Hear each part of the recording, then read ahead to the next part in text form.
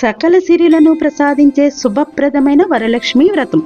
ఈ వ్రతం శ్రావణ మాసంలో పౌర్ణమికి ముందు వచ్చే శుక్రవారం జరుపుకునే పవిత్రమైన వ్రతం. మహిళలు ఈ వ్రతాన్ని భర్త ఆయుష్, కుటుంబ ఐశ్వర్యం కోసం ఆచరిస్తారు. ఈ రోజున అష్టలక్ష్ములు, సంపద, ఆరోగ్యం, విజయం, శాంతి, శక్తి లాంటి 8 లక్ష్మీ రూపాలను పూజిస్తారు.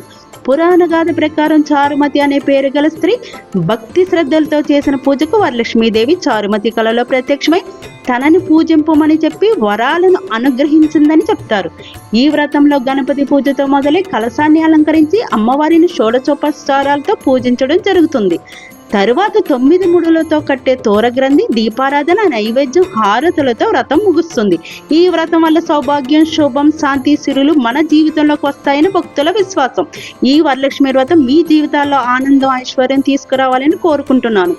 ఈ వీడియో మీకు నచ్చితే లైక్ చేయండి, షేర్ చేయండి, సబ్స్క్రైబ్ చేయండి. Thank you.